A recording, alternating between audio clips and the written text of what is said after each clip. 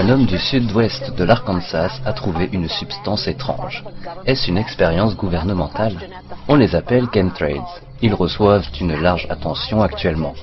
Le gouvernement déverserait des produits chimiques sur nos têtes pour manipuler la météo. Dans le ciel, ces traînées d'avions d'aspect inhabituel seraient des chemtrails contenant des produits chimiques.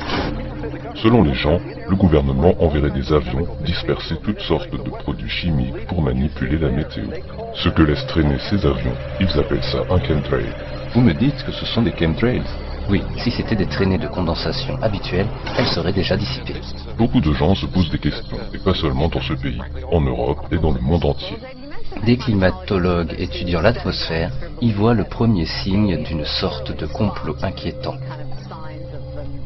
Le voyage a commencé à San Diego, en Californie, là où des milliers de scientifiques, ingénieurs, décideurs et journalistes se sont rassemblés à la conférence de l'Association américaine pour le progrès de la science.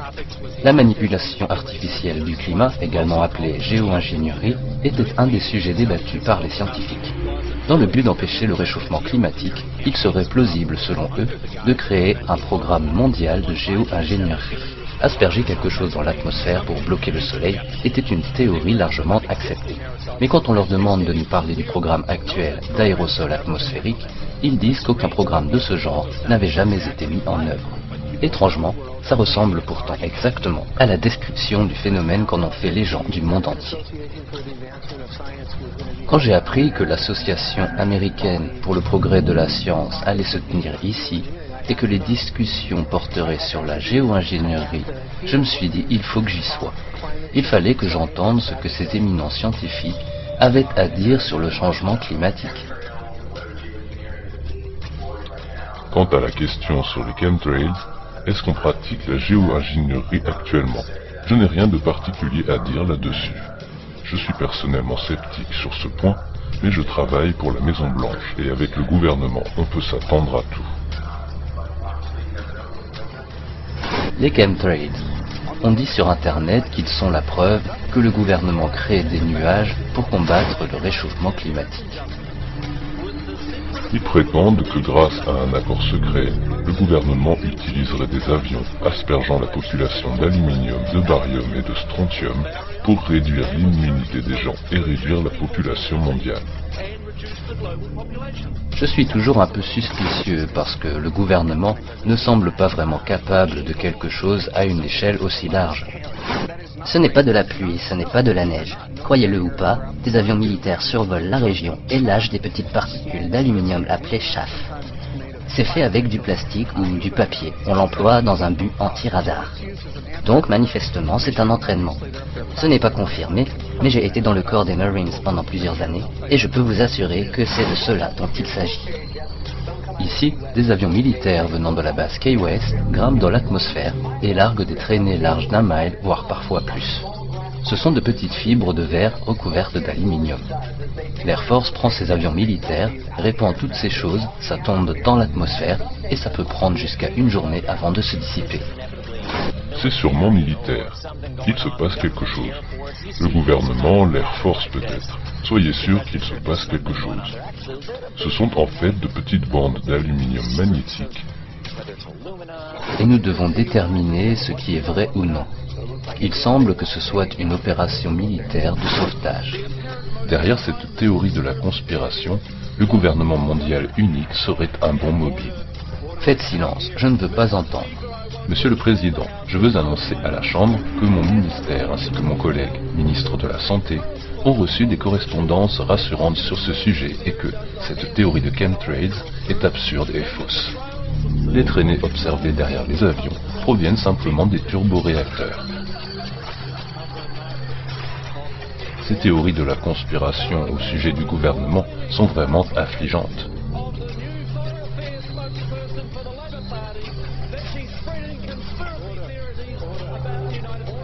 On appelle ça géo-ingénierie, combattre le réchauffement climatique en répandant poussière chimique dans l'atmosphère qui va réfléchir les dangereuses radiations spatiales. Que signifie géo-ingénierie? Nous pensons à une intervention délibérée à grande échelle sur notre écosystème. Beaucoup de projets de géo-ingénierie ont été débattus, et l'exemple classique c'est d'injecter des particules réfléchissantes dans l'atmosphère. Réfléchir à la question de l'aluminium est loin d'être stupide. Il y a eu beaucoup de travaux sur les conséquences environnementales de la présence d'aluminium dans la stratosphère. Contrairement au soufre, l'aluminium a 4 fois plus de volume pour renforcer les petites particules. Vous avez 4 fois plus de surface pour le même niveau de forçage radiatif. Le taux de coagulation est 16 fois moindre, donc ça s'élimine rapidement.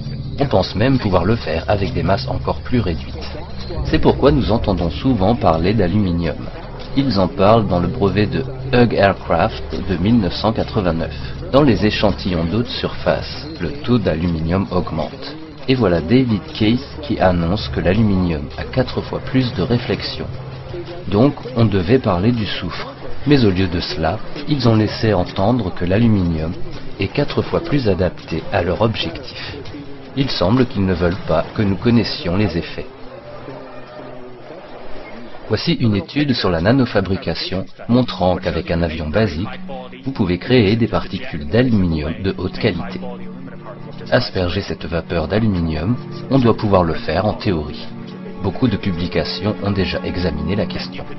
Et vous pouvez soit construire de nouveaux avions, ou alors simplement modifier les avions actuels. Allez dans une firme d'ingénierie et demandez-leur. Ils ne vont pas répondre que c'est plus compliqué que d'habitude, ils vont vous répondre qu'ils peuvent le faire. La géo-ingénierie par aérosol n'est pas très chère, donc pour mettre cela en œuvre, ce sera plutôt une évaluation des risques qu'une histoire de prix. Le risque de le faire contre le risque de ne pas le faire. Les politiques auront du coup beaucoup plus de mal à faire le bon choix. Je crois que plus nous ferons de recherches, moins ce semblera facile, car les effets sur l'environnement apparaîtront compliqués. Que cela semble facile aujourd'hui est une bonne chose. Je crois que si nous faisons plus de recherches, nous allons vraisemblablement nous apercevoir que c'était plus compliqué que nous le pensions, que gérer les effets indésirables sera plus difficile que prévu. Il serait plus aisé qu'il n'y ait que des effets bénéfiques, mais bien sûr, la réaction opposée est possible. C'est une question empirique. Comment les gens vont réagir en apprenant ça? Vont-ils se dire que nous devrions être plus sérieux au sujet du CO2 dans l'atmosphère, ou que nous ne sommes que des scientifiques fêlés préoccupés par le CO2 dans l'atmosphère? Et d'ailleurs, ça n'est pas vraiment hypothéquer le futur, c'est plutôt agir pour nos petits-enfants.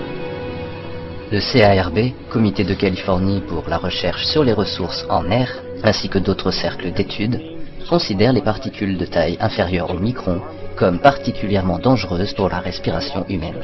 Dans toutes les discussions actuelles, je n'ai jamais entendu de citation sur ce sujet. Est-ce qu'on a analysé les effets et les retombées de ces matériaux comme l'aluminium hautement réactif pour la toxicité des sols et des eaux? Si ils sont présents dans l'atmosphère, quels seront les effets de ces matériaux sur la santé humaine, en particulier les petites particules d'aluminium? C'est ça la bonne question. Mes collaborateurs de Carnegie Mellon se sont focalisés sur l'impact de ce plan d'aérosol sur la santé humaine. Nous ne l'avons pas publié car nous nous consacrons à notre étude. Noir sur blanc, le calcul de l'ordre de grandeur par des experts en toxicologie montre que l'aluminium ainsi que d'autres particules possèdent beaucoup d'aspects toxicologiques qui doivent être étudiés sérieusement. Pensez aux grandes quantités de particules et leur impact sur la santé humaine. Même si on ne l'a pas publié, trouver la réponse est loin d'être un problème. Question. Pour clarifier, déverser 10 mégatonnes d'aluminium dans l'atmosphère n'aura aucun impact sur la santé humaine selon vous? Il faut que je fasse bien attention ici, séparer la question toxicologique de l'aluminium. Nous n'avons fait que commencer à chercher et nous n'avons rien publié. Rapport USAF, toxicité des nanoparticules d'aluminium. Interaction cellulaire de différentes formes de nanoparticules d'aluminium chez le rat. Lui, il pose la question. Disperser 10 à 20 mégatonnes d'aluminium n'aura aucun effet sur la santé. Et l'autre, il a rempli ses poumons, dégluti et a dit « Il faut que je fasse bien attention ici, nous n'avons rien fait de sérieux sur l'alumine et il pourrait y avoir quelque chose de terrible demain que nous n'avons pas encore étudié. » C'était le point essentiel de ce qui va être révélé au public. Les effets nuisibles de l'aluminium rapportés dans le monde entier de façon massive. Et voici David Case confronté à ce sujet. C'est comme si à ce moment-là on venait de vendre la mèche. Nous n'avons rien fait de sérieux sur l'alumine et il pourrait y avoir quelque chose de terribles demain que nous n'avons pas encore étudiés.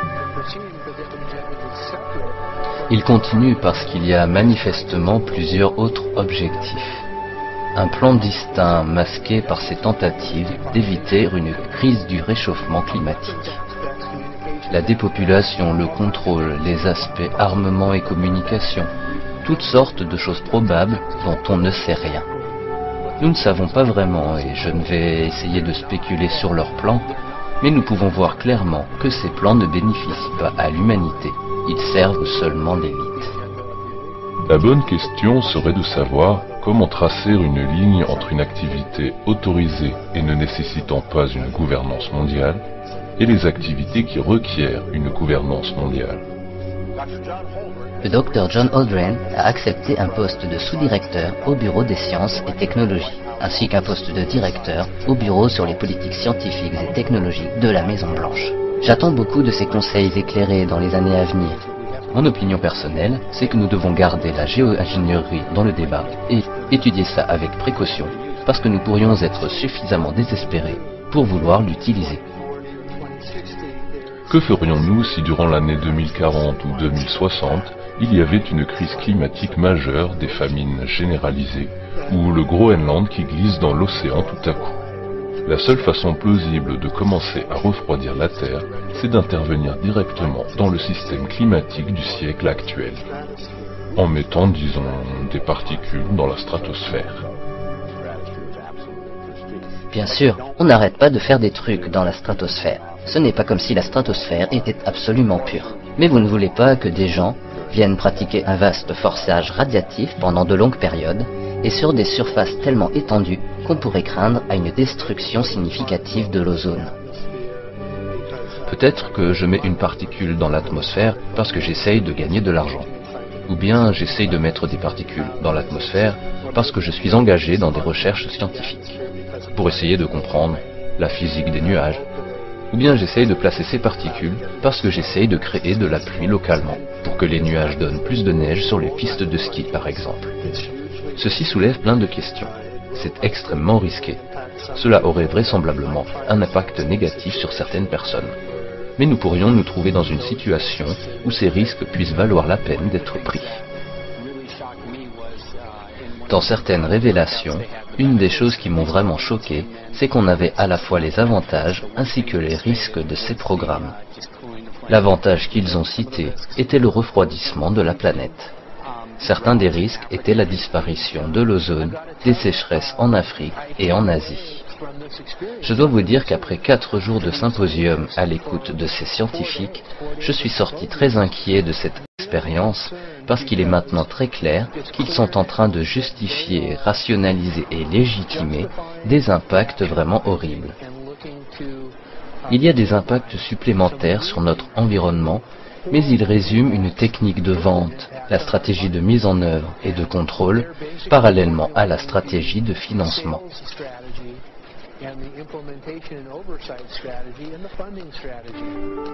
Après San Diego, j'étais choqué par les programmes proposés. Dès le premier soir, j'ai décidé d'écrire dessus, et j'ai envoyé l'article à une publication en ligne. Quand je me suis levé le matin, ma boîte email était submergée de réponses du monde entier. Pourquoi ? Parce que j'avais révélé le rôle de l'aluminium pour la géo-ingénierie, dont je n'avais jamais entendu parler et je n'étais pas le seul apparemment. Ce métal, l'aluminium, se trouve dans des quantités massives, bien au-delà des niveaux normaux, dans la pluie, les sols et la neige. J'ai reçu des appels en masse. Des gens attendaient désespérément que quelqu'un enquête là-dessus. Ce fut le moteur pour la création de ce film. Avant de commencer, nous avions eu l'opportunité de nous entretenir avec un de nos auteurs favoris pour découvrir ce qu'il connaissait sur le sujet, J. Edward Griffin. J'aimerais parler d'un sujet qui reçoit de plus en plus d'attention. C'est le sujet que les scientifiques appellent géo-ingénierie stratosphérique par aérosol, aussi appelé chemtrails. La fameuse controverse, traînée de condensation contre traînée chimique chemtrails. Pour moi, c'est déjà tout vu. J'habitais près de l'aéroport de Los Angeles et j'ai vu le développement des voyages en avion. Je me rappelle des premiers jets qui atterrissaient et faisaient beaucoup de bruit. On n'avait jamais entendu ce genre de bruit. Nous allions nous installer au bout de la piste pour regarder les jets arriver et décoller. C'était une expérience nouvelle. J'ai regardé les avions toute ma vie. Je connais les traînées d'avions, j'en ai assez observé. C'est de la vapeur d'eau, des cristaux de glace. Ils stagnent quelques minutes dans l'atmosphère, puis s'évaporent et disparaissent. L'avion passe, suivi de près par la traînée de condensation, environ 10 ou 20 fois la longueur de l'avion, et ça part en quelques minutes. De nos jours, on en voit encore, de temps en temps. Ah tiens, une traînée de condensation. Les chemtrails chimiques, ce n'est absolument pas le même phénomène. Ces avions passent, ils génèrent cette fumée blanche qui recouvre le ciel d'un horizon à l'autre, et ça ne se dissipe pas du tout. Les avions s'entrecroisent et vous voyez cette chose recouvrir le ciel. Ça devient laiteux. Il paraît que les gens ont du mal à respirer. De plus en plus souvent, on entend parler de ces dépôts d'aluminium et de barium. Un gars ouvert d'esprit qui rassemble tout ça ne peut en arriver à une autre conclusion. Quelqu'un dépense beaucoup d'argent et d'efforts pour asperger la planète. La question est pourquoi ? J'ai mes propres théories, mais j'espère que de bons journalistes d'investigation iront chercher les réponses. Je sais qu'on les découvrira tôt ou tard. Ces gens à la tête du projet diront sans aucun doute quelque chose du genre « On l'a fait pour vous les amis, c'est pour l'intérêt du plus grand nombre, c'est pour la société ». Ils évoqueront que c'est pour empêcher le réchauffement climatique ou pour inoculer un vaccin contre une attaque terroriste biologique. On ne peut pas vacciner tout le monde dans le bras, mais on peut asperger et sauver les vies. Vous voyez comme on est altruiste. Nous faisons le bien de la société. Quoi que cela puisse être, ils diront que c'était pour notre bien. Pensez à ceci. Si on pouvait contrôler des ouragans et qu'un ouragan s'apprête à frapper la Nouvelle-Orléans,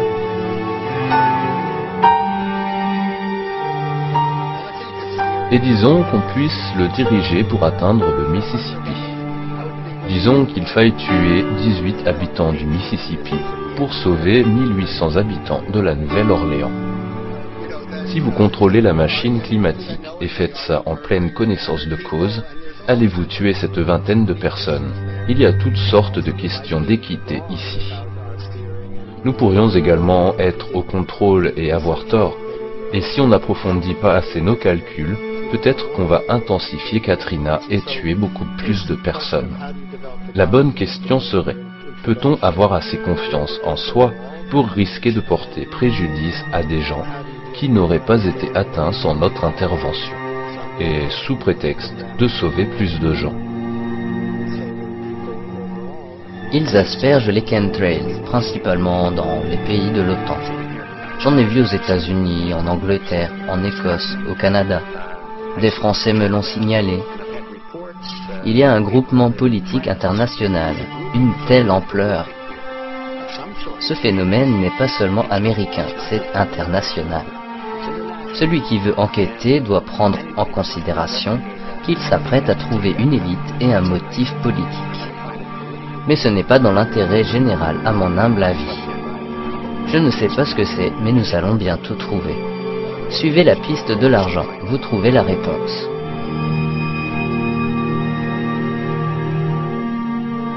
Je suis sûr que si on suit ce vieux conseil, tôt ou tard, on y arrivera.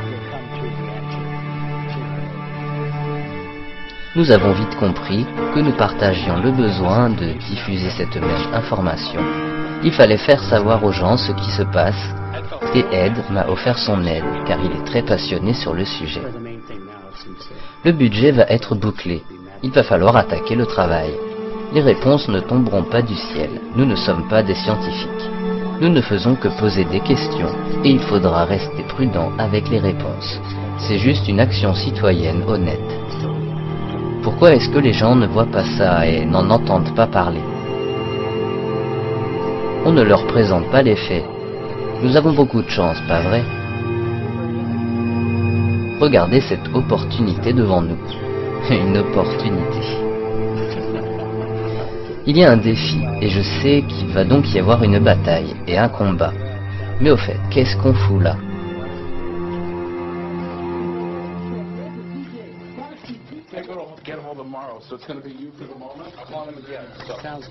J'ai vu le ciel rempli de lignes croisées, des chemtrails. Étais-je à Los Angeles ou bien sur la route, je ne sais plus. Mais une fois, j'ai regardé en l'air et je me suis dit, mais regarde-moi ça, ce ne sont pas les couloirs aériens. Au-dessus de la ville, il y avait un grillage de nuages blancs laiteux, parfaitement ordonné, et je n'en croyais pas mes yeux. Maintenant, ça semble évident, avec toutes les preuves des analyses des sols, l'augmentation d'aluminium, de barium et de strontium. La personne moyenne qui se renseignera sur les plans des géo-ingénieurs prendra une sacrée claque. C'est un moment très délicat pour les tenants du pouvoir, lorsqu'ils prennent une opération cachée, comme le programme d'aérosol stratosphérique, chemtrails, projet Icarus, le nom change avec le temps.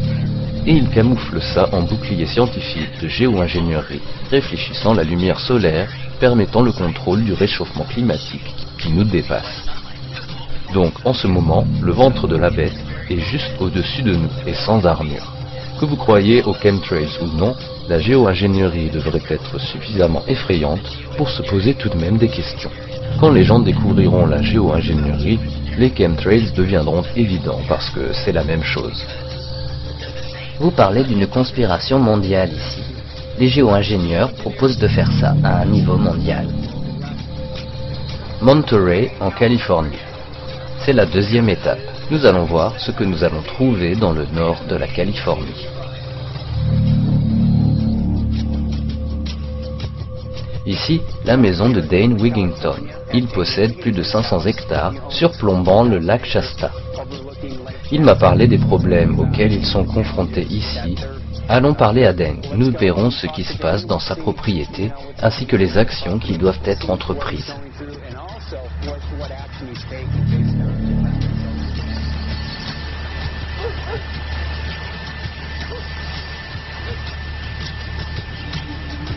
J'ai consacré ma vie à l'énergie. Dans les années 80, j'ai travaillé dans la première centrale solaire américaine. Ma maison a fait la couverture du plus grand magazine sur l'énergie renouvelable. Mon but a été d'alerter le public qu'il y a une montagne de matériaux toxiques qui nous tombent dessus. Point barre. Il y a 5 ans, notre ciel était typiquement bleu. Regardez maintenant, c'est couvert de lignes, de brumes. Aucun de ces nuages n'est naturel. Pour la grande majorité de ce qu'on voit là, ce sont des résidus des traînées d'avions qui se dissipent très lentement et se forment en nuages artificiels. Le ciel a un aspect sale. Ce n'est pas le ciel bleu ni les nuages blancs que nous avions il y a seulement quelques années. On dirait une sorte d'activité industrielle massive ou un feu de forêt. Le soir, on le voit très bien. Au niveau du sol, la clarté diminue de façon importante. En temps normal, ce phénomène est inexistant, sauf les jours où les avions aspergent ces longues traînées. Celles-ci se répandent, recouvrent l'intégralité du ciel et, certains jours, on peut les voir tomber verticalement comme un léger voile. On présume que ces particules finissent par tomber. Nous avons beaucoup de tests qui montrent des niveaux élevés d'aluminium et autres particules.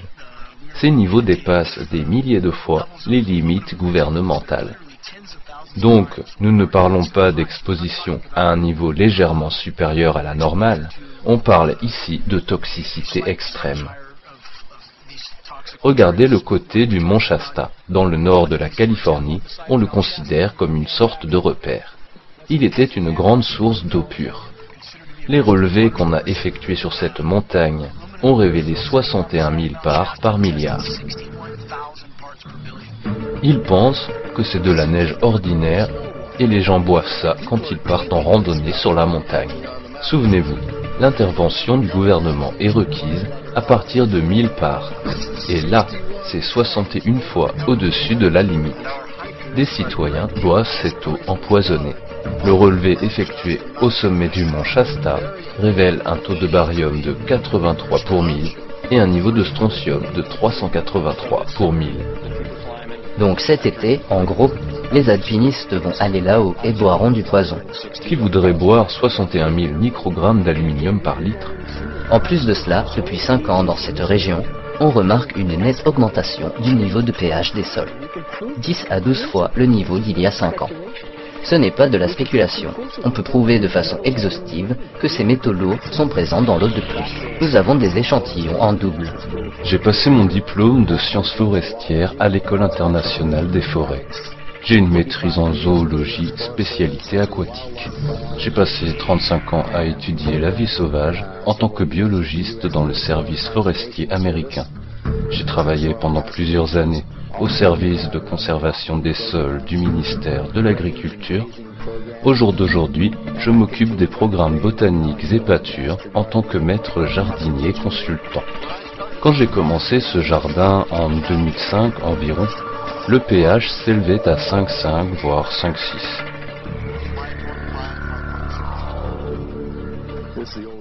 Voici l'ancienne étude du sol du comté.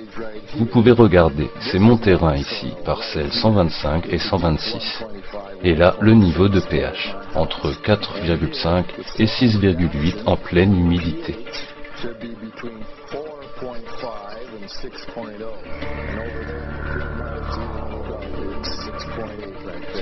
Qu'est-ce que ça occasionne aux plantes et à l'écosystème?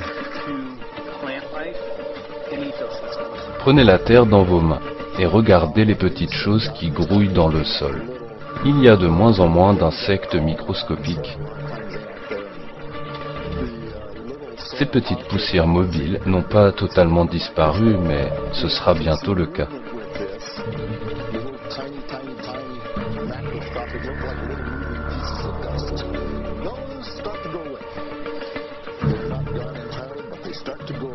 Regardez les glands de chêne noir. Regardez ces morceaux de cèdre. On pourrait y trouver une légère acidité, mais c'est 10 fois plus élevé que prévu. Il y a quelque chose qui cloche ici. Vous pouvez jeter un œil au rapport, on en a rapporté une trentaine. Ils révèlent tous des niveaux dangereux d'aluminium et de barium. La science le prouve. Quelque chose de bizarre est en train de se produire. Les incrédules disent « Et alors? Est-ce que neutre, c'est pas bien ?» Eh bien non, un pH neutre, ça ne va pas. Si votre sol doit être à 5,6, il doit le rester. Si vous voulez que la forêt soit saine, si vous voulez un bon jardin, vous devez garder votre pH entre 6 et 6,5. Je crois que nous devons nous réveiller et nous demander ce qu'il se passe. Nous ne pouvons pas ignorer ce phénomène parce que c'est de pire en pire. Il continue d'asperger ces trucs sur nous comme si c'était inoffensif. On a récupéré de la pluie dans des récipients neufs et stérilisés. Un filtre était ajusté en entrée. Ok, donc vous avez récupéré la pluie et vous avez filtré l'air. Qu'avez-vous trouvé? De l'aluminium et du barium. Voici un autre test. Aluminium 375 pour 1 million, barium à 309, strontium à 345. Ce relevé provient du groupe EPDM Sauvegarde Aquatique, un lac artificiel. On n'a jamais utilisé de matériaux chimiques ici, le but étant de préserver la vie aquatique. La source d'eau a été testée et retestée. Pas d'aluminium détectable en profondeur. 0. Ça ne peut venir que de la pluie. Nous sommes situés en hauteur, près des sommets de collines. Nous sommes à plusieurs kilomètres de toute industrie, autoroute, etc. Après plusieurs jours d'intempéries, on a vu un léger film qui s'est formé à la surface de l'eau. Nous avons testé cette croûte. C'était de l'aluminium et du barium. Au bout d'1 an et demi d'accumulation, on y trouve maintenant 375 000 parts par milliard. Une telle quantité d'aluminium est littéralement toxique. De façon concluante, nous pouvons dire que ce qu'on voit dans le ciel correspond expressément aux matériaux utilisés dans les théories des géo-ingénieurs. Les métaux lourds détectés dans le sol n'étaient pas là il y a 5 ans. C'est un phénomène récent. En 5 ans, les quantités ont parfois grimpé jusqu'à 50 000%. Et là, je ne vous parle que de l'aluminium.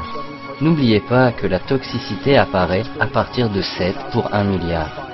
Nous avons des changements profonds dans l'écosystème.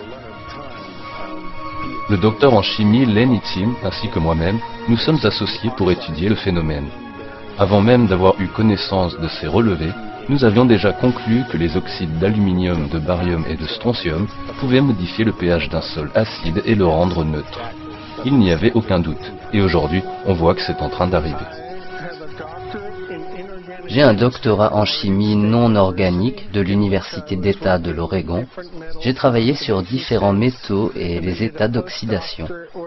J'ai passé un post-doctorat à l'Université Brandeis où j'ai travaillé à stabiliser l'état d'oxydation de différents métaux. Il fallait essayer de comprendre comment ces matériaux pouvaient s'intégrer dans l'écosystème. J'ai travaillé avec Francis. Il m'a montré des analyses d'eau de pluie recueillies sur le mont Shasta. Entre de l'aluminium, du strontium et du barium aspergés dans l'atmosphère, je crois que la toxicité majeure dans ces chemtrails, c'est l'aluminium. Les niveaux que nous voyons sur le mont Shasta sont totalement inacceptables.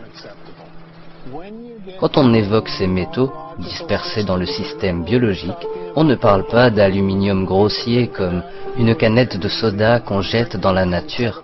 On parle d'oxyde d'aluminium, microscopique. Il peut former des plaques dans vos artères et ça détruit la vie. Quand vous mettez ce genre de particules dans l'environnement alors qu'elles n'ont rien à faire là, à la base, ça déclenche une alerte rouge.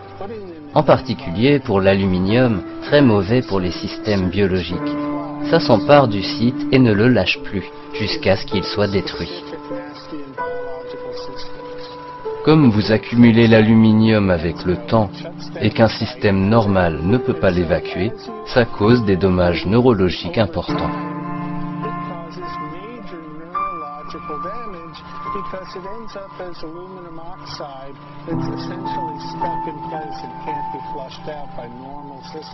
Depuis l'industrialisation, on a toujours été confronté à des produits toxiques. L'aluminium est connu pour avoir des effets cancérigènes. Il reste actif pendant plusieurs décennies. On devrait dès à présent commencer à nettoyer notre environnement de ces toxines au lieu d'en ajouter davantage. C'est très inquiétant. Continuer cette pollution de l'environnement va augmenter les cancers. Chaque vie est si précieuse. C'est malheureux que des gens puissent décider d'asperger de l'aluminium dans le ciel sans réfléchir aux nombreux dégâts.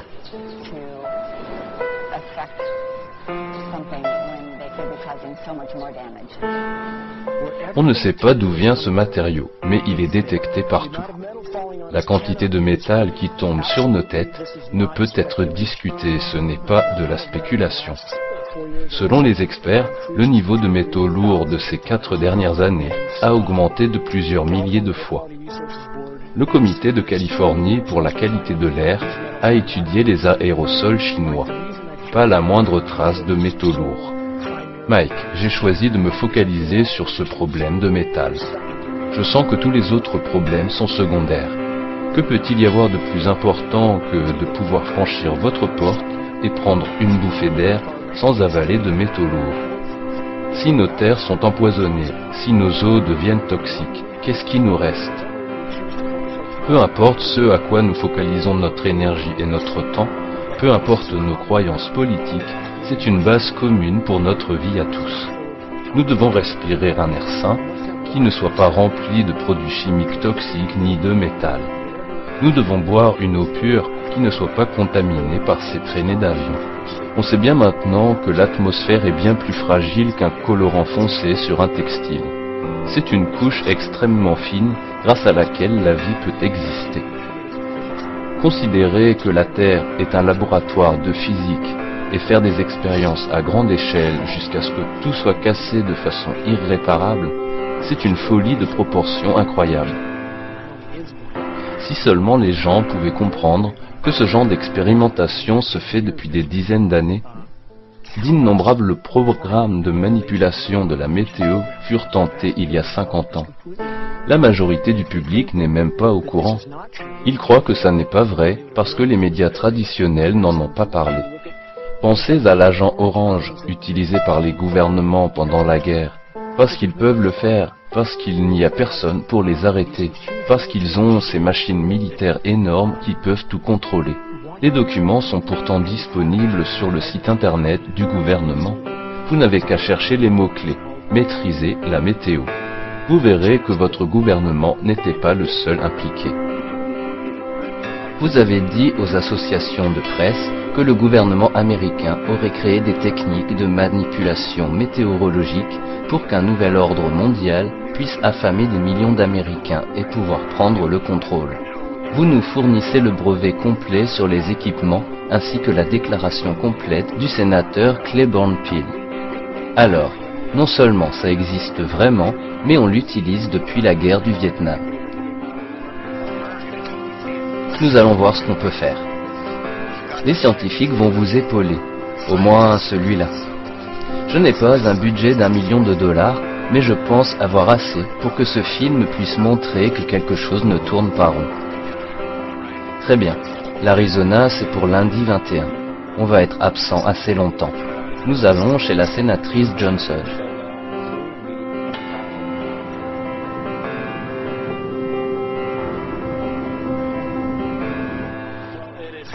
C'est un tel plaisir de vous rencontrer. J'adore mon chez-moi, c'est si isolé, si tranquille, si paisible. Mon nom est Karen Johnson, j'ai servi l'État d'Arizona pendant 12 ans. J'étais à la Chambre pendant 8 ans, puis au Sénat pendant 4 ans. Quand vous voyez un avion voler au-dessus de votre tête, la traînée blanche finit par parcourir le ciel d'un bout à l'autre. Ça se disperse lentement, en panache. Le ciel finit par en être recouvert entièrement.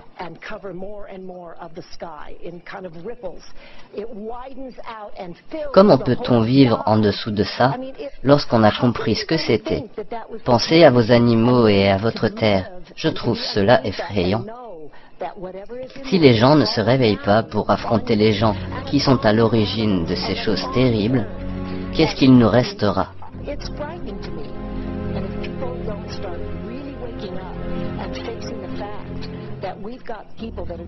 Je suis mère de 11 enfants, j'ai 35 petits-enfants, j'ai un intérêt dedans. Je me soucie de ce qui va rester à mes enfants. Je suis très inquiète du peu qu'on va leur laisser, si on ne se réveille pas maintenant.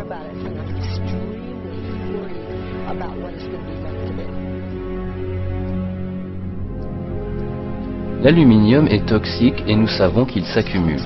Nous savons que les quantités sont en constante augmentation dans l'environnement. Il se transmet par l'air que nous respirons et l'eau que nous buvons. Vu qu'il s'accumule au fil du temps et qu'on ne l'évacue pas, il est inconcevable de continuer à en répandre.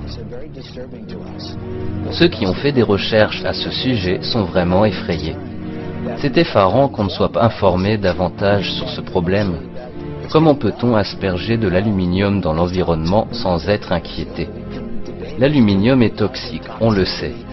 La quantité d'énergie atomique de cet élément est accumulative, on ne sait pas comment l'évacuer. Alors, nous devons conclure que ce n'est pas une bonne idée de le placer dans notre atmosphère. Les communautés scientifiques du monde entier accusent la toxicité des métaux lourds dans la nourriture quotidienne et l'air que nous respirons.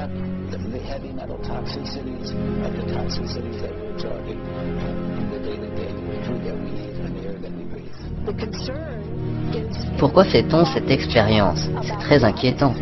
Comment se fait-il qu'il soit permis de déverser des choses dans l'atmosphère, dans le monde entier? Qui paye pour ça? Les cas d'Alzheimer ont explosé, ce qui a manifestement un rapport avec l'accumulation d'aluminium dans les cellules cérébrales. Quasiment toutes les familles ont un membre qui a Alzheimer en vieillissant. Et c'est une maladie horrible. Annoncer que c'est dû aux gens qui boivent du soda dans des canettes en alu, quelle foutaise! Mon père est mort avec l'Alzheimer et il ne buvait jamais de soda. Pour moi, cette explication ne sonne pas juste. Donc, je me demande à quel point ce déversement de chemtrails a affecté mon père.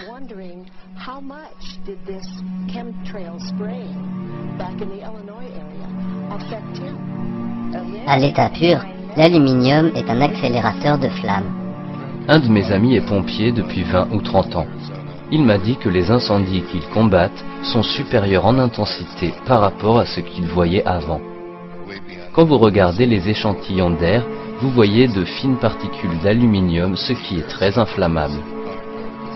Et du magnésium se fixant sur les arbres. Cela cause des incendies d'une violence sans précédent.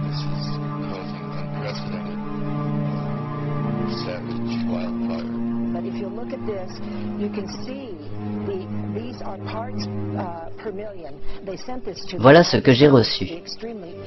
J'ai trouvé ces relevés très inquiétants parce qu'un air respirable devrait avoir 2 parts par milliard d'aluminium au maximum. Ces papiers montrent qu'il y a 39 000 parts. C'est astronomique. Le baryum dépasse également les limites de façon large. Les gens se demandent pourquoi leur santé se détériore, pourquoi ils vont aux urgences, pourquoi ils ne peuvent respirer, pourquoi ils ont l'Alzheimer. Ceci est planifié.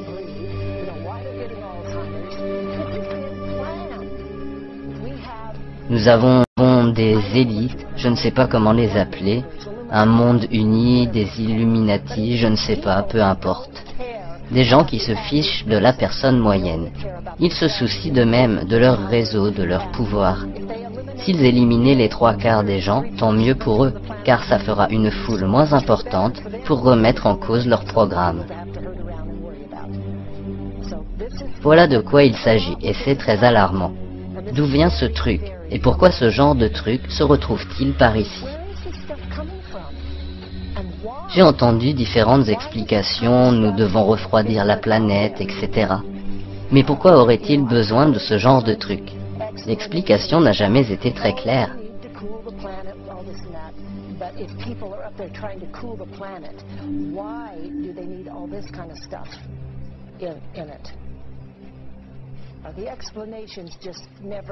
Alors que je préparais l'équipement, elle m'a dit que tous ces arbres étaient mourants.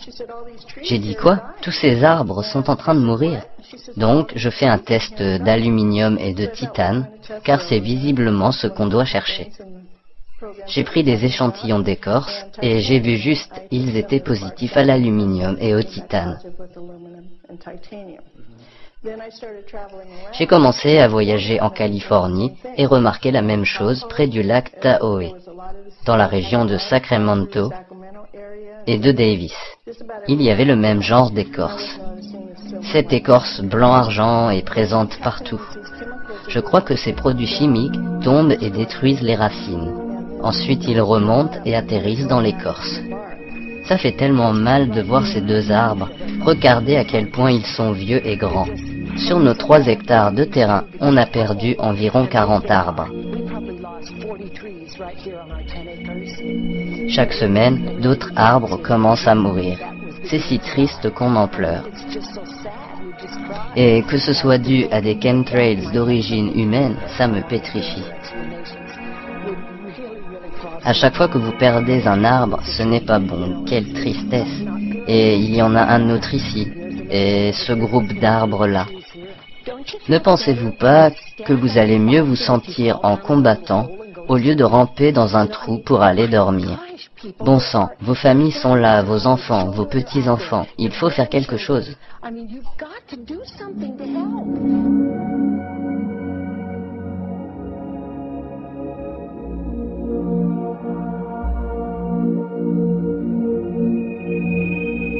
Mon plus grand espoir, c'est que les gens se réveillent. S'ils ne se réveillent pas maintenant, j'espère au moins faire en sorte qu'ils s'interrogent. Nous allons au plus bel endroit de la planète, Hawaï. Voyons ce qu'il s'y passe et collectons des données.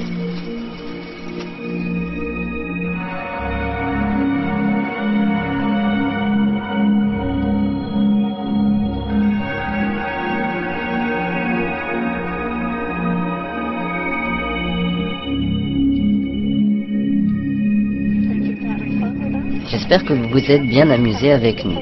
Passez de bonnes vacances ou bon retour si vous habitez ici.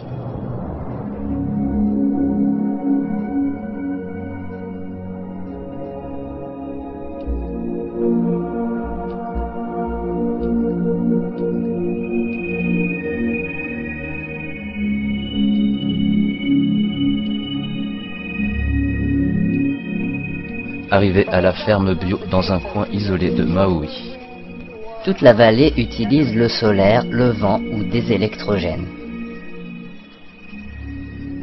Comment croire qu'un tel paradis va être détruit? Ils font le tour de l'île. Ils le font très loin. C'est pourquoi on ne voit pas les avions à chemtrails. Ils doivent répandre au large et ça remonte jusqu'ici. Ils viennent de l'ouest. Ils répandent des deux côtés aujourd'hui. Regarde ça, ce sont aussi des chemtrails qui viennent de cette direction. Ça fait une sorte de brouillard opaque. On devrait pouvoir regarder l'horizon, nous sommes suffisamment élevés. On a la courbe de l'océan tout autour, on devrait voir les grandes îles à moins de 50 km, et pourtant rien.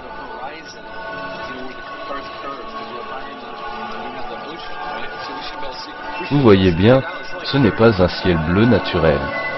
C'est ce bleu bizarre, j'appelle ça bleu argent. De plus, on a beau temps.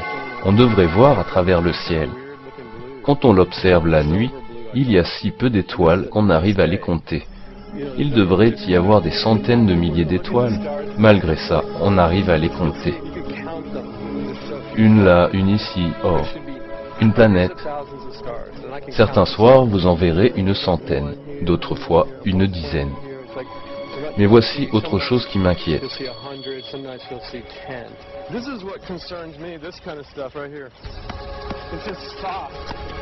C'est mou, l'écorce est desséchée, ce n'est pas naturel.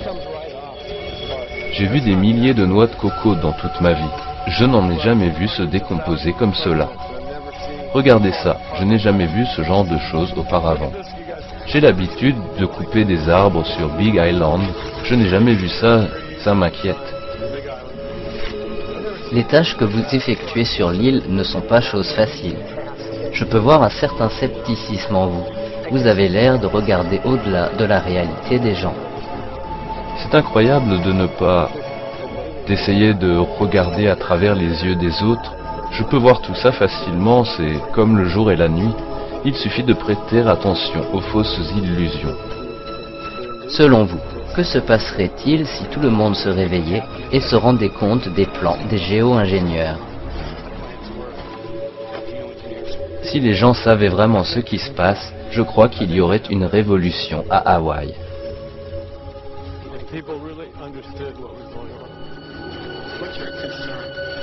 Je sais que vous aimez la Terre. Qu'est-ce qui vous inquiète avec les chemtrails? Que nous ne soyons plus capables d'habiter ici, ni de faire pousser notre nourriture, que notre santé soit compromise? Vous croyez qu'elle l'est déjà? Oui. Le problème, c'est qu'ici, ils le font tous les jours, sans cesse. C'est du martelage, des microdoses tout le temps, et bien sûr, ça va dans l'environnement. Et pendant 2 ans, les plantes s'affaiblissent. Nous sommes obligés de commander des papayes OGM parce qu'on ne peut plus faire pousser nos graines naturelles. Nous ne pouvons être autosuffisants. Nous ne pouvons vivre ici de la façon que Dieu nous a créés.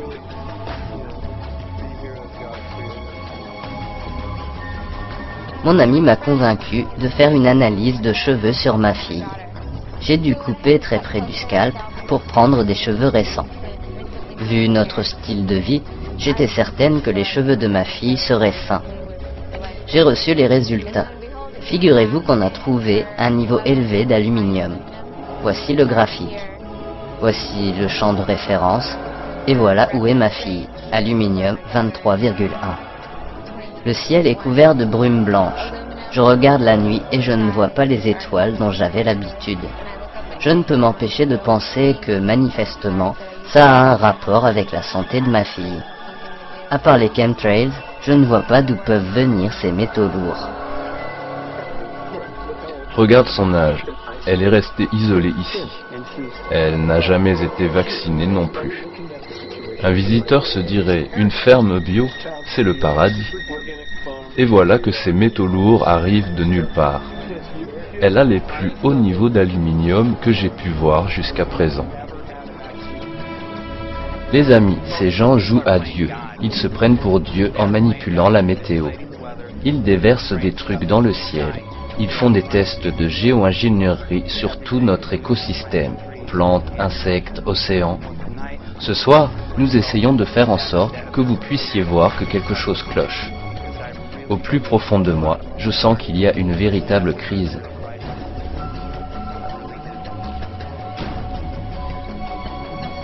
Ces gens proposent de déverser 10 à 20 millions de tonnes d'aluminium dans l'atmosphère supérieure.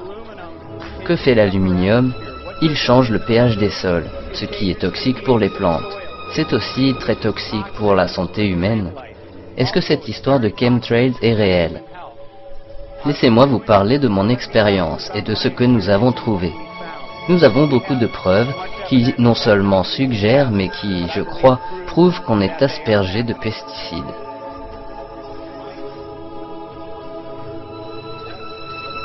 Comme promis, nous rejoignons notre invité spécial, Michael G. Murphy. Localisé actuellement à Hawaï, il travaille sur un documentaire appelé What in the World Are They Spraying? Michael, bienvenue. Heureux d'être en votre compagnie.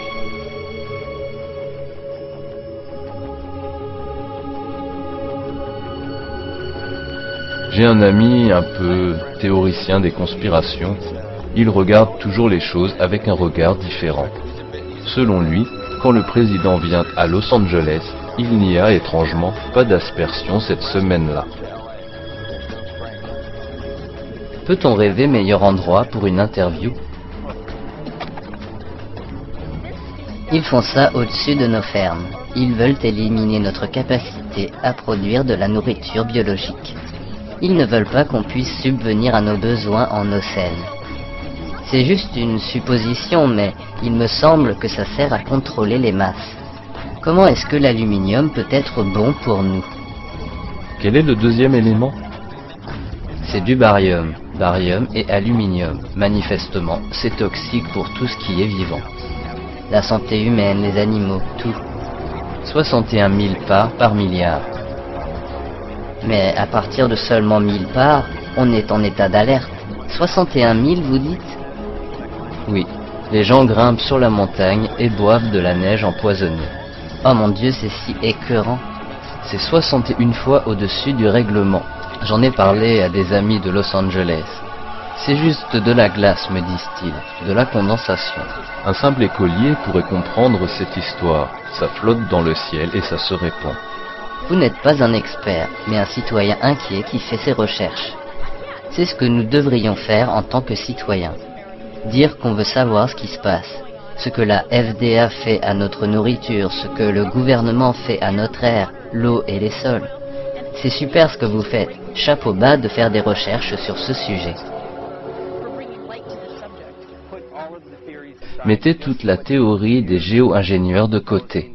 Nos analyses sont assez effrayantes pour commencer à faire quelque chose. J'encourage la population à se lever et se poser des questions. Il faudrait plus de gens comme lui. Merci Michael, merci beaucoup. Partout sur la planète, on ressent les effets des aspersions d'aluminium par aérosol atmosphérique. Je crois que notre magnifique climat tropical pourrait être en danger. Nous voulions non seulement rapporter le constat qu'ont fait des gens du monde entier, mais aussi encourager les gens à se poser des questions à propos de l'aluminium, du strontium et du barium. Je pense que notre séjour n'était pas vain. J'ai vu beaucoup de gens éveillés à Hawaï. Ils ne sont pas seulement curieux, ils veulent connaître la vérité. Ça me donne de l'espoir. Selon moi, c'est un des gestes les plus courageux d'Edward Teffin. C'est un sujet tabou, personne n'est censé en parler. Nous avons des tonnes de preuves de ces aspersions. L'humanité a toujours regardé le ciel en se demandant sans cesse pourquoi. Ça me stupéfie qu'aujourd'hui, les gens ne se posent même plus de questions. Aujourd'hui, au XXIe siècle, nous ne sommes pas autorisés à faire ça. Regarder en l'air et voir un grillage de fumée nocive qui ne faisait pas partie de notre existence il y a environ 10 ans.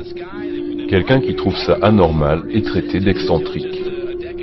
Les meilleurs partisans de la révolution et de la liberté ne veulent pas qu'on en parle parce que ça pourrait les discréditer. Il semble qu'on ait construit une industrie en procédant à un programme géant d'aspersion mondiale. C'est encore le contribuable qui va raquer, car les bénéfices engrangés avec ce projet doivent être énormes.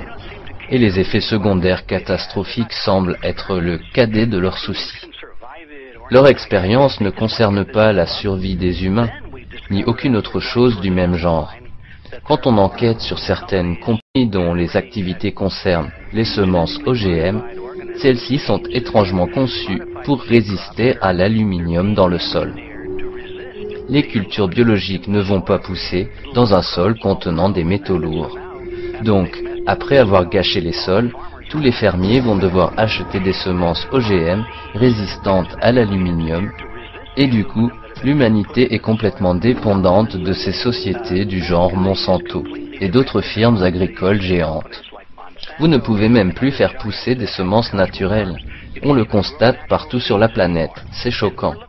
J'espère que nous trouverons que c'est faux, ces histoires de chemtrails, mais pour l'instant, toutes les flèches pointent dans cette direction. Ça ramène à l'analyse coût-profit. Le projet HARP pourrait également être impliqué. Comme vous l'avez mentionné, la géo-ingénierie est bien documentée. La proposition de loi de Dennis Kucinich, la loi de préservation de l'espace, rejetée par le Congrès, et Kay Bailey Hutchinson et sa législation pour former des gens à la géo-ingénierie. Cette dernière étant également censée nous sauver du réchauffement climatique. C'est une analyse coût-profit parce qu'ils peuvent avoir des bénéfices à tant de niveaux différents, n'est-ce pas Ed? C'est vrai, il y a un vieil adage, suivez le dollar, suivez le fric et vous arriverez à la source du problème. Cela ne m'étonnerait pas qu'il y ait une industrie incroyablement profitable autour de ce concept de géo-ingénierie, de modification de la météo, de réduction du réchauffement climatique, etc. Toutes ces choses pouvant être vendues assez aisément à un public insouciant. Oh, ils doivent avoir raison, le réchauffement climatique c'est mauvais. Les gens finissent par le tolérer, ne s'interrogent et ne critiquent pas. Derrière la scène, une industrie incroyablement profitable, montée grâce à l'argent du contribuable, encore une arnaque. Nous nous focalisons sur des choses qui sont faciles à prouver. Là où nous allons, il n'y a pas de spéculation. Cette géo-ingénierie est réellement en train de se mettre en place. Ils en parlent ouvertement. Ils travaillent officiellement sur des formules, ils préparent des stratégies. Ils ont déjà les financements. Tout est déjà en place. Inutile d'aller vers d'autres domaines pour étayer nos conclusions. Vos auditeurs doivent comprendre qu'il n'y a aucun doute sur le fait qu'ils en parlent et que c'est planifié depuis longtemps. Chers auditeurs, posez-vous des questions. Faut-il s'alarmer, etc. Si on arrive à prouver que le barium, l'aluminium et certains autres métaux toxiques sont très destructeurs pour la planète et la santé humaine, est-ce que cela suffirait à vous alarmer? Combien de questions sans réponse vous faut-il? On risque de tuer la planète ainsi que sa population. Avons-nous besoin d'une autre raison pour commencer à nous inquiéter? Que disperse-t-il au-dessus de nos têtes? Dieu merci, des gens se posent la question. On a besoin de ces réponses. Merci à notre vieil ami J. Edward Griffin. Merci à Mike Murphy et à Paul Whiteberg, qui ont besoin de soutien pour faire ce travail. Le film What in the World Are They Spraying est un effort commun pour informer réellement les gens. Un dernier commentaire rapide? Ma seule pensée pour finir, je rappelle la question, que peuvent-ils bien disperser?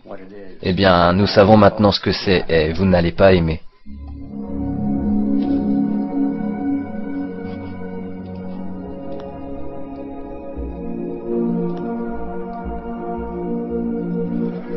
Arrivé en Belgique. Je suis Peter Verek, je suis belge, j'ai 54 ans et j'ai du mal à y croire moi-même, moi qui suis une personne très joyeuse. Nous attaquons ce travail que la police, la justice ou le ministère de l'Environnement auraient dû faire il y a déjà bien longtemps. Et il est vraiment essentiel qu'il y ait une révolution populaire. Nous ne luttons pas contre, mais pour. Oui, nous luttons pour quelque chose. J'ai été conseiller municipal pendant 25 ans. On m'a aussi élu comme maire il y a quelque temps. 10 ans auparavant, on a vu un certain changement. Pour moi, ce qui se dessinait était très clair. Depuis des siècles, nous, l'humanité, nous avons été manipulés, dominés et exploités. Ce phénomène des chemtrails me met en colère, car on est tellement impuissant face à cela. Vous pouvez décider quelle nourriture manger, ce que vous allez fumer, ce que vous allez boire, le genre de vie que vous allez mener. Mais avec ce phénomène, vous n'êtes qu'une victime. Tout ceci est un jeu, avec le bien et le mal qui s'affrontent. Nous pouvons jouer le rôle des bons, qui ont la chance et l'opportunité de vaincre.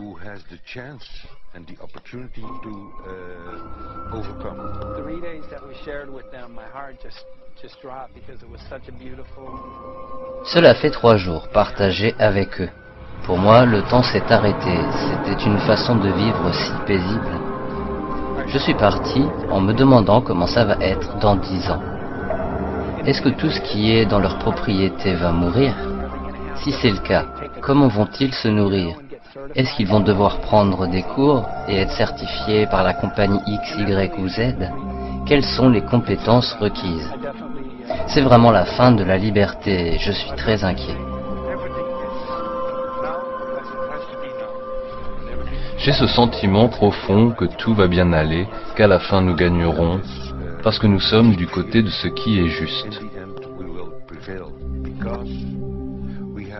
Le cosmos nous aide et je pense que nous sommes soutenus par des entités et des forces qu'on ne peut même pas imaginer.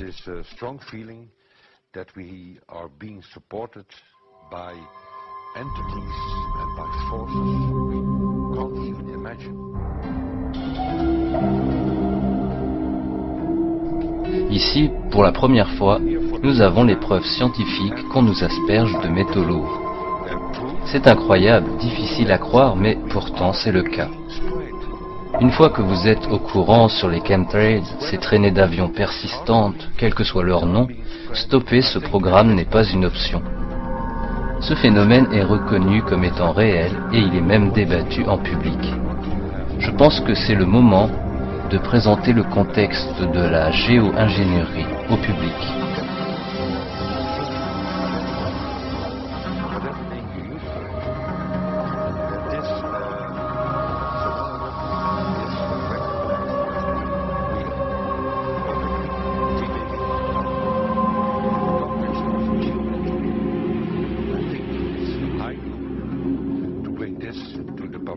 Voilà comment est censé être le ciel.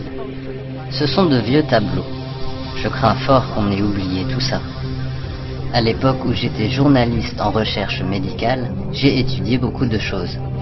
Partout où je faisais mes recherches, je retombais sur le même triplet.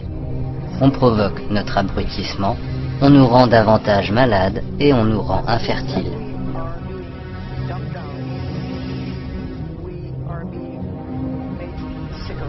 Des citoyens du monde entier se sont rassemblés en Belgique pour le premier symposium international sur les chemtrails. L'événement a attiré des experts en haute technologie, des politiciens et des activistes. On a parlé des implications sanitaires, environnementales et sociales de ces programmes. Aujourd'hui, les mots qui seront autorisés sont faits, documents, chiffres, brevets, licences, etc. Tout ce qui peut se rapprocher de la vérité incontestable. Contre ce vaste complexe, nous n'avons pas d'autre arme que de révéler au grand jour cette activité dévastatrice.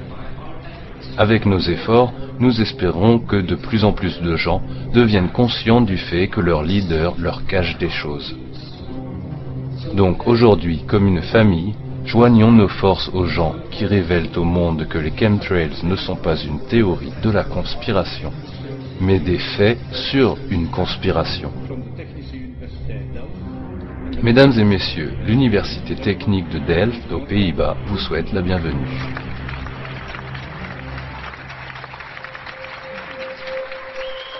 Je suis Koen Wemren, professeur à l'Université de technologie de Delft. Les gens ont l'habitude de ne regarder que leurs pieds. Ils s'enferment dans un espace bidimensionnel.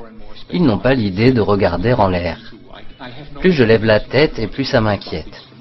Lorsque mes étudiants me posent des questions, je n'ai aucune explication sur ce phénomène. Pourtant, j'ai déjà beaucoup réfléchi à cette question, car ce phénomène n'est pas naturel. D'un point de vue scientifique, les explications qu'on nous donne ne suffisent pas. En étudiant cela, un bon scientifique chercherait à expliquer un phénomène avec des données concrètes. Je suis intelligent et mes étudiants ne le sont pas autant pour le moment. Je dois donc trouver les réponses à leurs questions. Mais honnêtement, si vous interrogez la plupart des scientifiques, ils ne peuvent répondre à toutes vos questions. Mais si au-dessus de nos têtes, des gens cherchent à contrôler le climat, je veux être au courant. Je veux connaître les conséquences, les impacts sur la santé, je veux tout savoir. Mes étudiants ont de bonnes questions. En tant qu'enseignant, j'ai besoin de réponses. Malheureusement, je ne les ai pas. Mesdames et messieurs, Michael Murphy.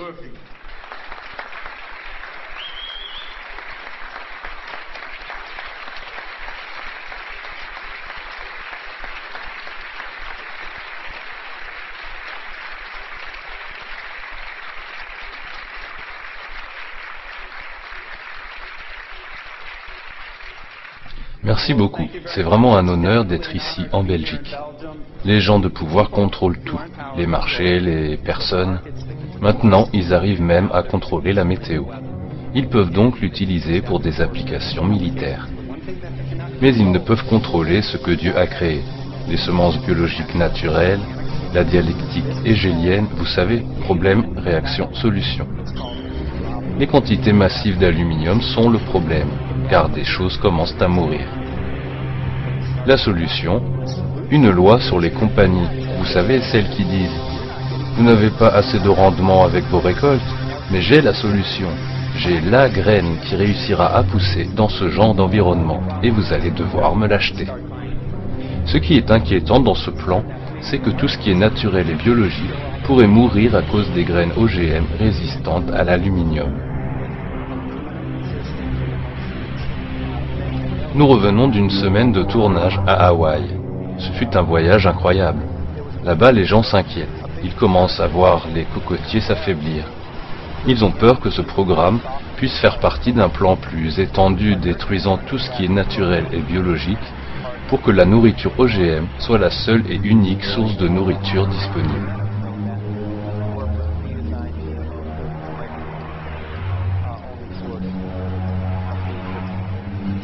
N'y a-t-il pas d'autres personnes ayant anticipé cela? Des jeunes et des vieux qui se posent des questions?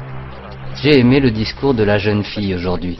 Seulement 17 ans et elle s'est levée pour faire un discours.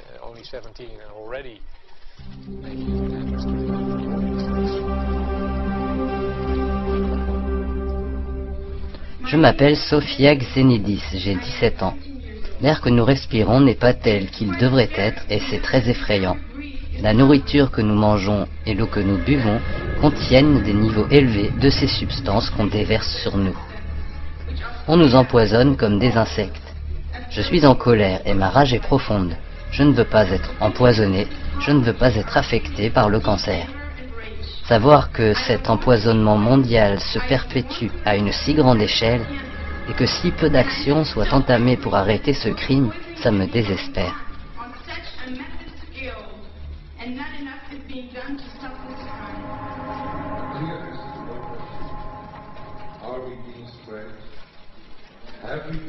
Nous cherchons la réponse à une question très claire. Qu'est-ce qu'on vaporise au-dessus de nos têtes? Va-t-on s'en occuper? Si vous vous demandez comment nous pouvons arrêter ceci, je connais la réponse. Une seule personne peut le faire, et vous la connaissez. C'est vous-même. Vous savez, cet être divin, magnifique.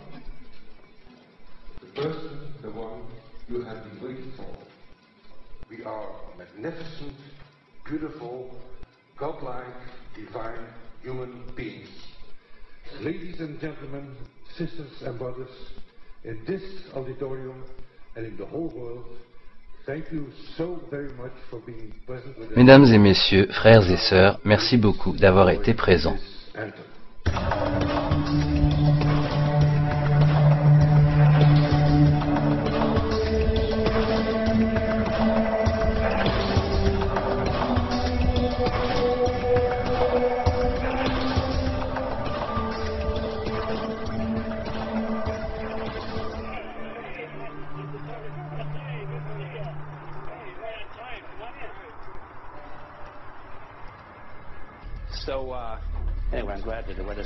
Je suis ravi que le temps ait été en notre faveur.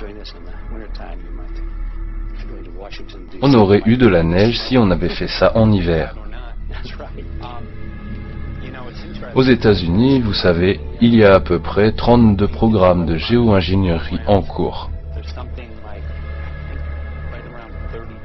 En théorie, ce n'est pas que pour modifier le climat. Mike, il y a tellement de sous-ensembles liés à la géo-ingénierie.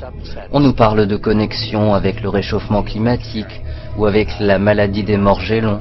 Certains pensent que ça permet de transmettre des impulsions électromagnétiques depuis les antennes du projet HARP en Alaska et en Sibérie.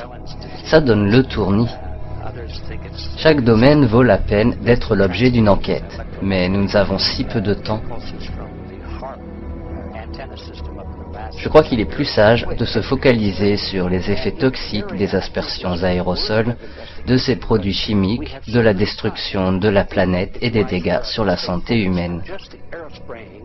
Afin de convaincre les gens qu'il faut arrêter ça, que faut-il de plus? Je pense que rester focalisé, telle est notre mission.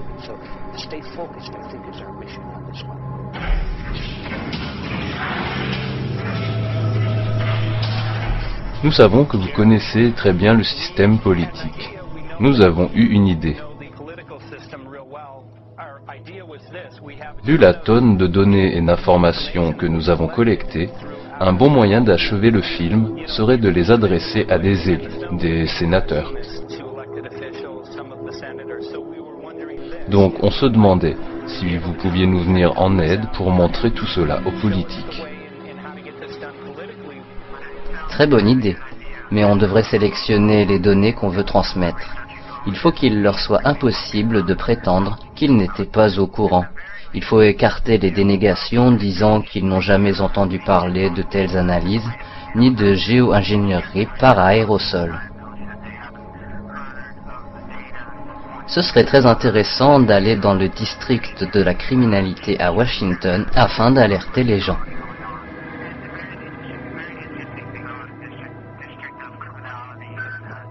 Oui, vous avez beaucoup d'ennemis à Washington. C'est là que tout le pouvoir se concentre, ainsi que tout l'argent. Je suis sûr que des gens de là-bas ne veulent pas qu'on fasse ce genre de travail. Mais je suis ravi que vous y alliez. On verra bien.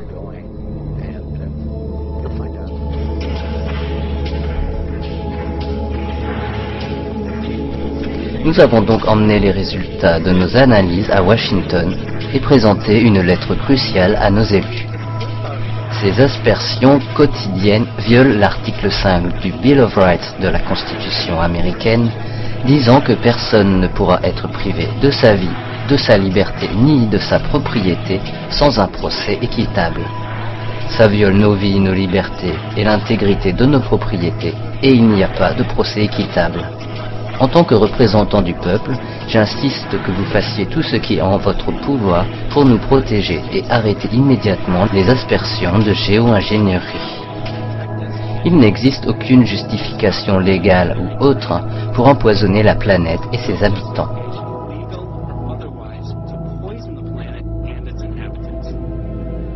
Supposons que des extraterrestres arrivent. Beaucoup pensent qu'ils vont se présenter au QG de l'ONU.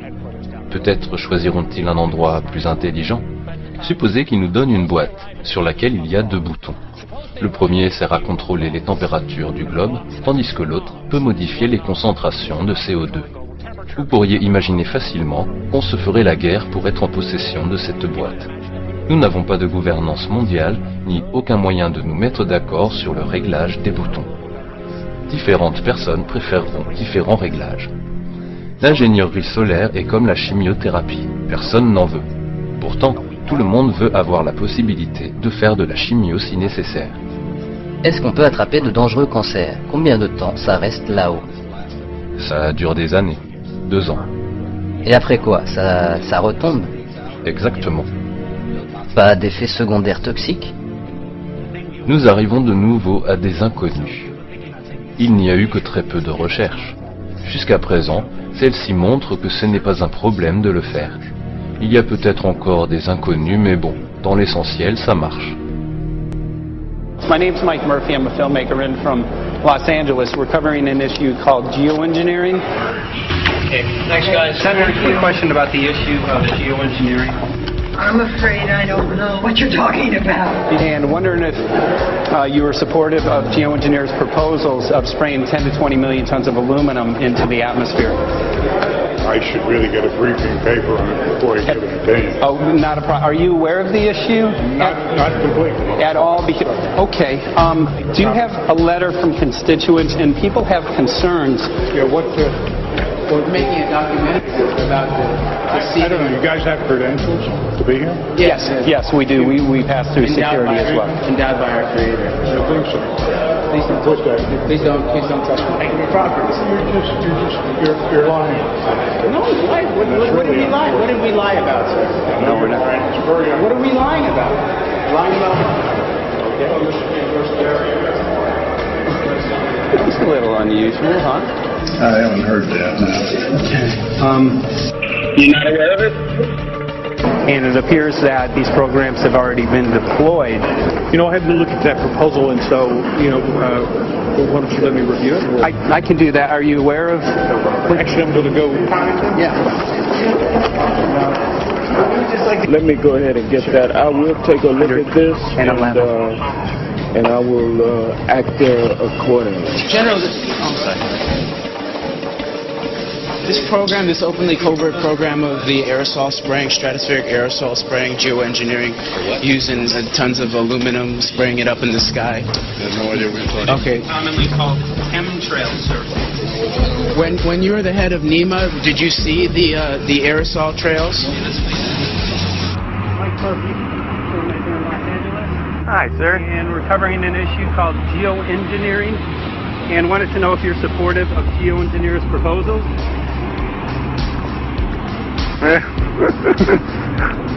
Congressman?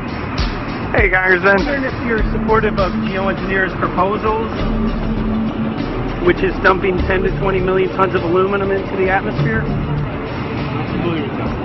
Pardon? Okay. Can you make an appointment to my office? I'm not supportive. I haven't looked at it, so I don't. Have you heard of the issue? Because it's becoming mainstream in public, and there are actually congressional committees which are being formed to talk about these programs. Yeah. Well, I think when we drop anything into the atmosphere, we should know prior to the effect of that, right? Yes. And if we don't have the knowledge as to what the effect will be, we shouldn't do it. Quand on parle de la géo-ingénierie climatique, je crois qu'il y a 4 options différentes. La première serait de l'interdire, tout simplement. Mais je ne pense pas qu'il faille avoir d'emblée des restrictions trop fermes sur les études à petite échelle, car ça risque de bloquer les progrès de la science. Je crois que la communauté scientifique devrait faire des choses à petite échelle, choisir un petit espace et bien surveiller les effets. Excuse me. Hi, I'm Mike Murphy from Los Angeles, covering an issue called geoengineering. These guys are running from the geoengineering issue. I wonder why. I'd have to talk to my staff. I don't know what your details on that. Have anyone made you aware of the issue, or? Sir? Did your committee talk about geoengineering last November? Are you in support of those proposals? I'd love to give you a paper. Geoengineering? Or you know nothing about the geoengineering issue? Never heard of it. They call it geoengineering, but Yeah, I never heard of it. It's nothing I've ever heard anything about. when we looked up in the air today outside DC, we saw this stuff going on. Quickly, have you heard of geoengineering? No. The proposal is to shoot 10 million tons of metals into the air. This committee, Science and Technology, covered it for the first time. No. No, I've never heard of it. So we were very concerned. Nous en avons parlé à l'office de la Congresswoman Watson.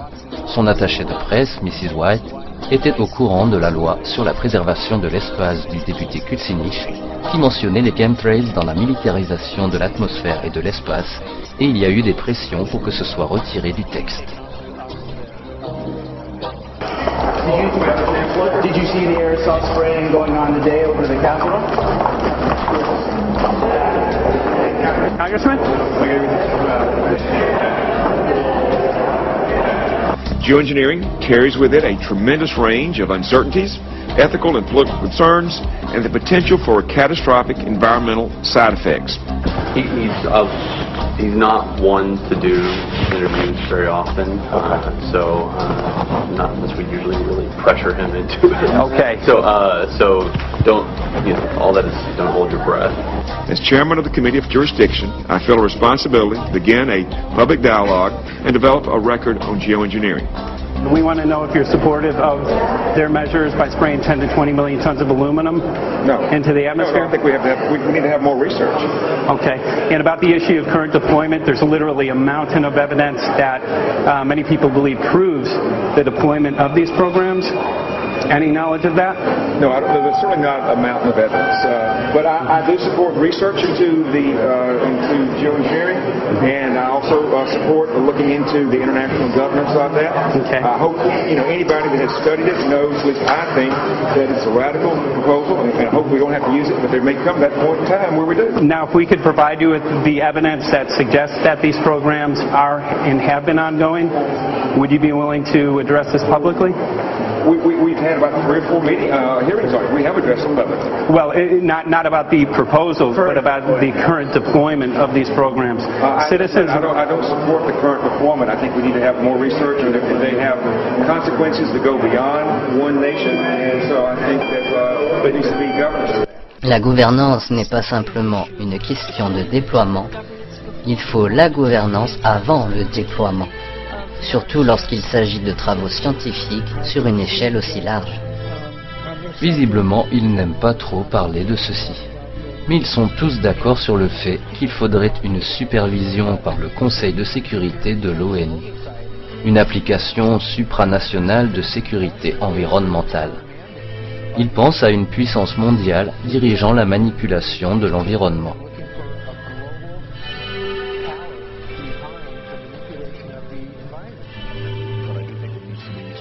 Je pense que cette sorte de traité international doit fixer les règles pour toutes les nations. C'est un destin commun. Malheureusement, il n'y a pas que les gros gouvernements qui sont impliqués. Les petits gouvernements, peut-être des milliardaires, etc. Si je sauvais le monde, je ne prendrais même pas la peine de le mentionner. Comment décider qu'il y a une urgence planétaire? Qui a sa main sur le thermostat? Comment décide-t-on de commencer?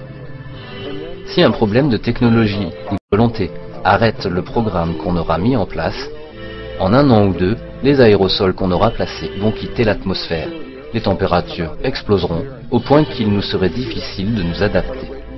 Donc, une fois qu'on aura commencé, on sera obligé de le faire pendant très longtemps sans jamais voir la fin de ce programme.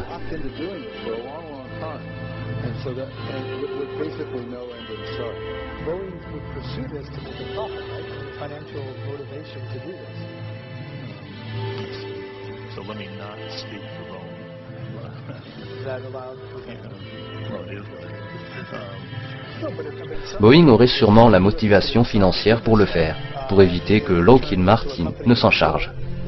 Nous avons une base industrielle qui aide le pays pour faire face aux technologies et aux défis de grande échelle, comme la défense nationale par exemple.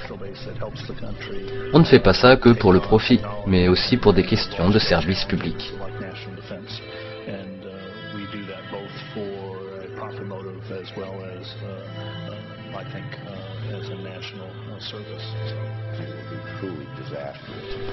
Ce serait vraiment désastreux si dans quelques années, nous découvrions un programme noir monté par le gouvernement. On peut refroidir la planète, c'est techniquement possible, mais pas au point de revenir au climat exact qu'on avait au départ. Vous allez me demander si c'est vraiment utile pour réduire le risque de changement climatique. Je crois que l'utilité n'est plus à prouver, même s'il n'y a pas encore de certitude. On ne peut pas revenir au climat de départ. Sur ce sujet, tout le monde est d'accord. Pensez-vous voir le programme en œuvre de votre vivant? Honnêtement, j'espère que non. Mais je le vois comme un plan d'évacuation.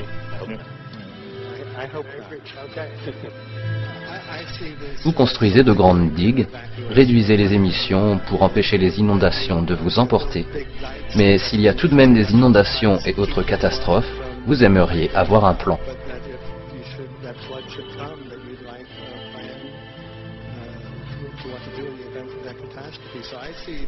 Je vois ces options comme des plans de prévention des catastrophes, pas comme un moyen de régler la température au jour le jour. Vous avez prôné la réduction de consommation de bœuf comme moyen d'atteindre votre objectif. Oui. Qu'est-ce que vous suggérez pour ça?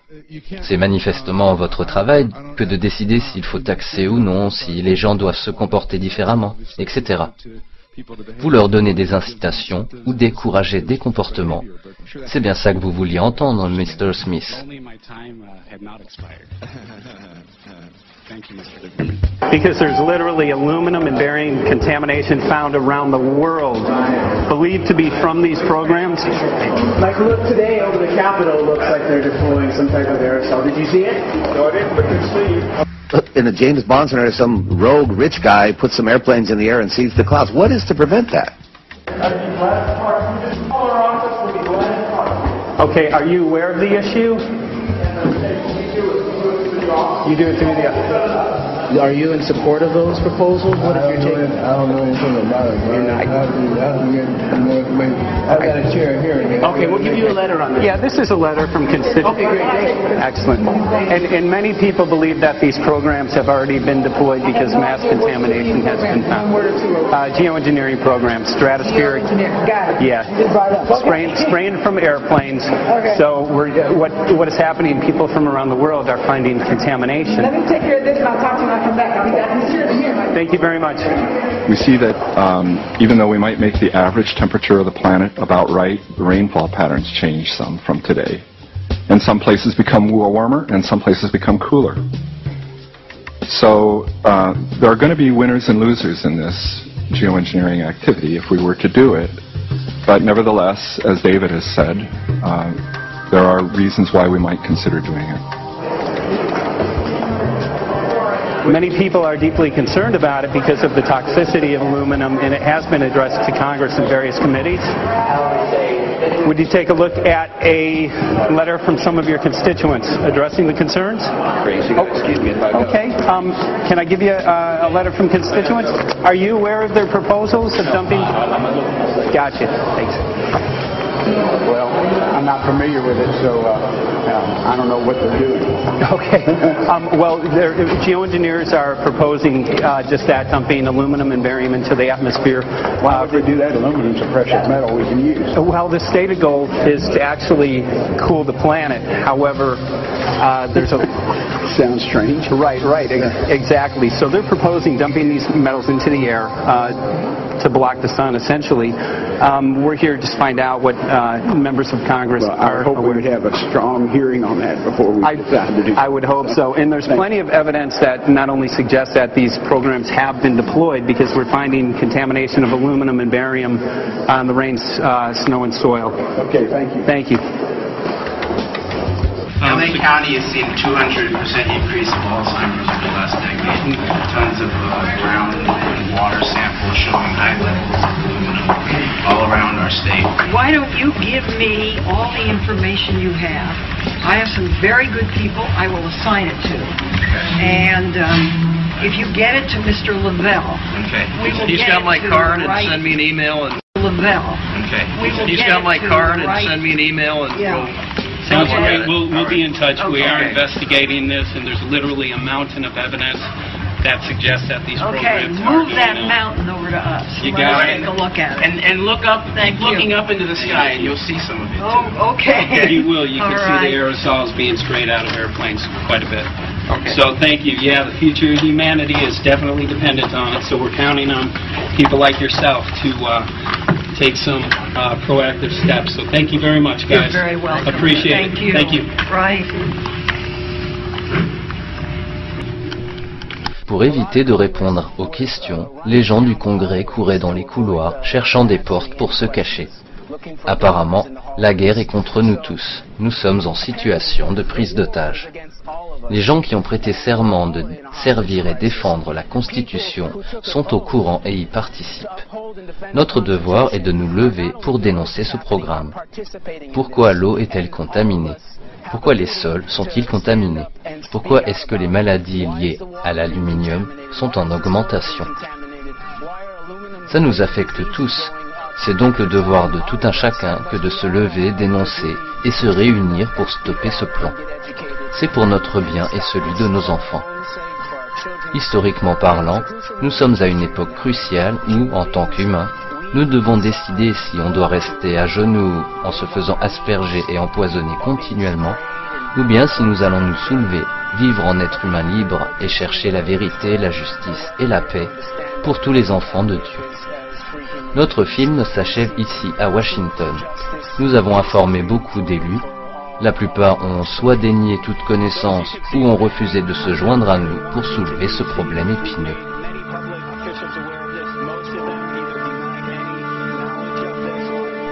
Comme vous pouvez voir, derrière la Maison Blanche, les chemtrails continuent. Quelle est la solution? Est-elle ici à Washington? C'est une des solutions, mais ce n'est pas la seule. La solution est en vous. Ce problème nous affecte tous, profondément. S'il vous plaît, regardez en vous, soyez actifs, impliquez-vous, faites passer le message. 90% des gens ne sont pas conscients de ce problème. Le futur de l'humanité dépend de vous.